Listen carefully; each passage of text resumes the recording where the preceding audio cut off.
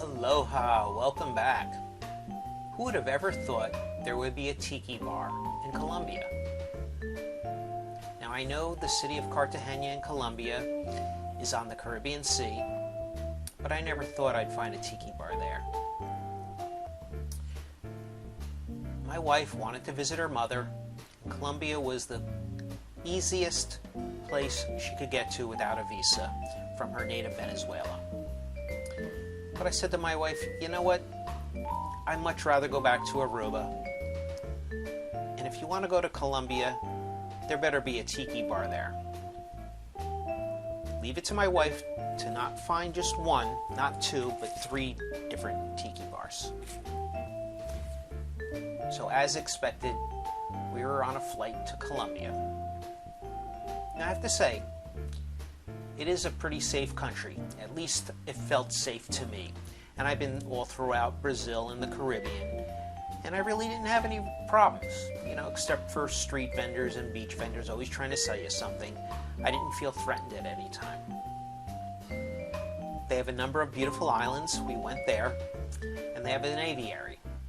And that's a fancy word for bird sanctuary or a zoo for birds, and you find all sorts of exotic tropical birds in this area, and I find it fascinating. I find birds in general very fascinating. They could travel up to hundreds of miles a day. What other animal do you know that could find themselves in a different region or a different climate in less than 8 hours? And I especially love the flamingos. Everybody does. And some of you may know that when they're babies, they have white feathers, but when they get older, their heavy diet of shrimp and krill turns their feathers pink. One night after dinner in a rooftop lounge overlooking the city, we decided to head over to Mondo Exotica to see what was going on. Now this is a real tiki bar. It's not just tropical. They have the Polynesian pop, and once you get inside there's no windows, it's properly lit or very dimly lit, and every drink is served in a tiki mug.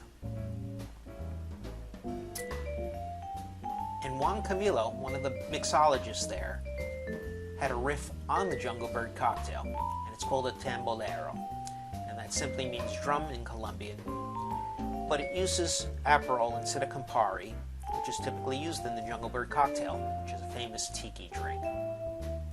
So the important thing is here, and I think the real key secret ingredient, is lemongrass and lemon rind infused vodka.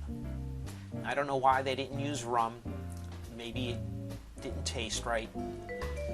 Vodka, as you know, is pretty much the most neutral spirit you could find.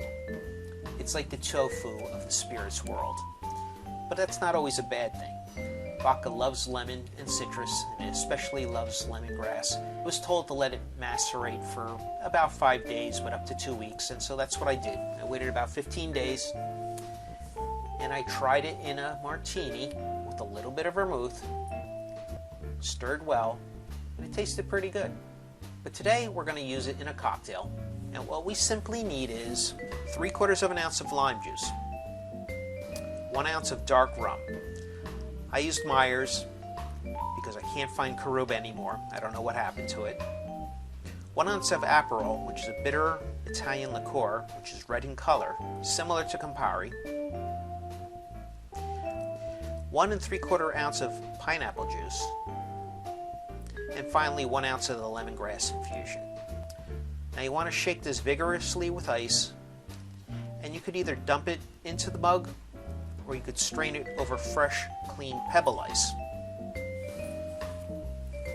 Now, I gotta warn you, this is a strong drink. It's got about 3 ounces of liquor in there, so go easy. Tiki drinks are deceptively strong. I imagine if you really wanted to, and you didn't want to wait 1 to 2 weeks for this infusion, you could go out and buy a bottle of lemon-flavored or citrus-flavored vodka. I don't think it would be the same, but you can give it a shot. I like this drink, and You'll find it in the most recent Exotica Modern magazine, which is issue number 19. Go to houseoftaboo.com.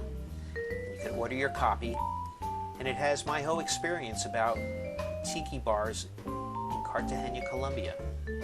Mahalo for tuning in, and until next time, cheers.